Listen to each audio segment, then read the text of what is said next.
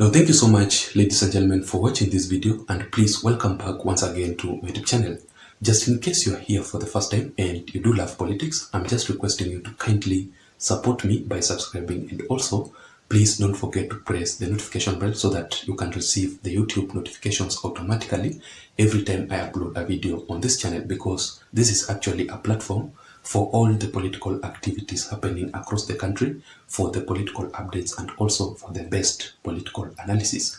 And to my returning subscribers, to my loyal viewers, and to my supporters, I also want to really appreciate you so much for your continued support, because without that support, this channel will never be where it is right now. So feel very much welcome, and I don't take the support for granted.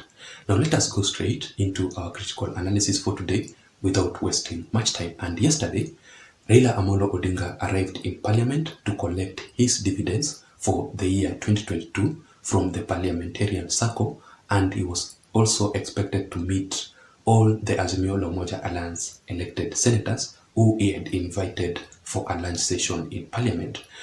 But from the photos that you can see on your screens, let me just show you right now as we go ahead. And Raila Odinga was automatically shocked. He was simply shocked because majority of the senators actually boycotted. It's only a few who had turned up, and I happened to follow that matter very closely, and I happened to know some of the senators that actually attended that lunch session after being invited by Raila Odinga. First of all, there was Edwin Sifuna, who is the senator for Nairobi County.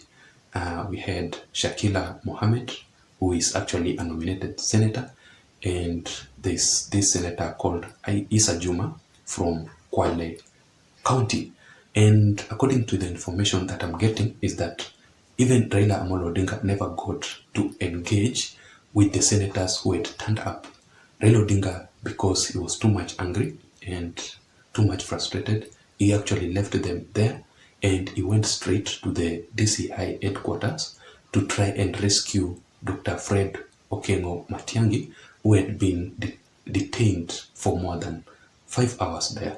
But immediately he also arrived there, Raila Odinga was denied entry. He was denied access to the DCI headquarters because he wanted to meet the DCI boss, but you cannot meet the DCI boss unless you have been appointed there.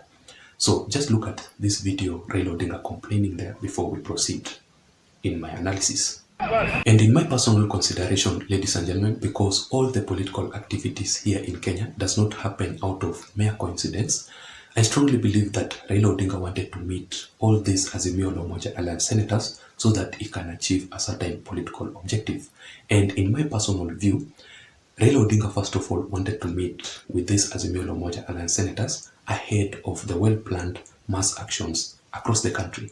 Remember that the 14 days ultimatum that Raila Odinga had issued to William Ruto to respond to his demands and fulfill them had already elapsed. So I personally think that Raila Odinga wanted to meet the Azimio La Umoja Alliance senators to convince them to support him and participate in the Azimio La Umoja Alliance anti-Ruto demonstration and mass actions to State House. Remember that majority of the senators, the Azimio elected senators and the governors have been boycotting Raila Odinga's demonstration rallies.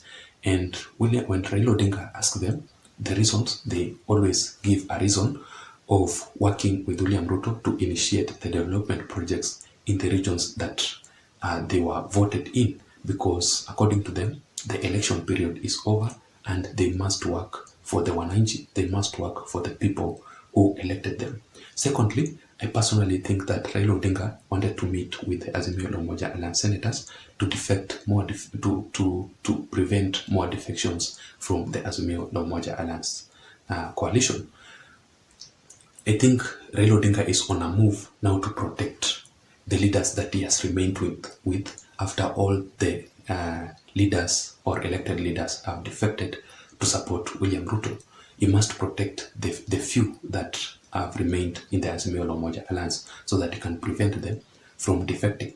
Raila Odinga wants to know, sorry for that guys, Raila Odinga wants to know what is their demand, why, what could be the reason as to why other leaders defected from the Azimio La Umoja Alliance.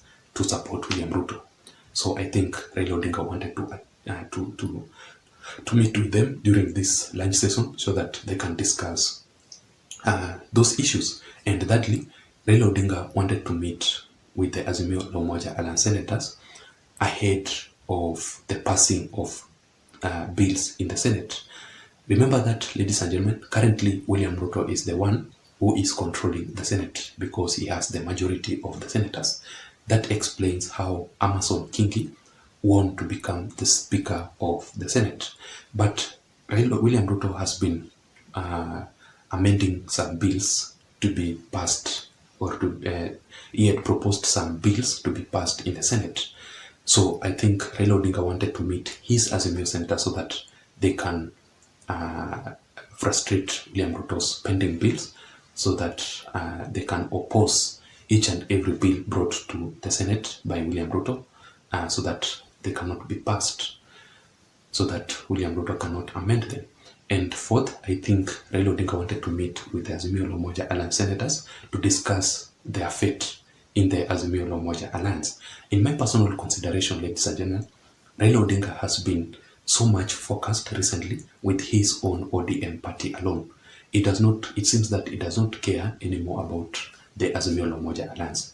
He is focusing the growth of his ODM party. The ODM party has been facing majority of the challenges. So he wanted to discuss the fate of Azimio la Umoja Alliance ahead of the 2027 general elections.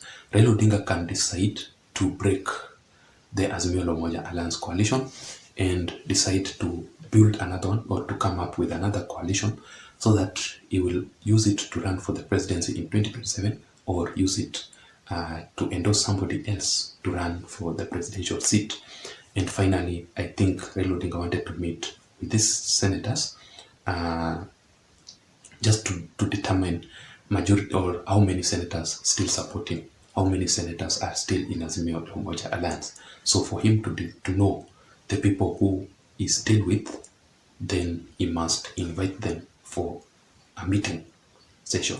I don't know what you think. That was my analysis for today. Thank you so much for watching this video. Until next time, my name is Json, but please don't forget to support me by subscribing and pressing the notification bell. Thank you so much, and bye bye.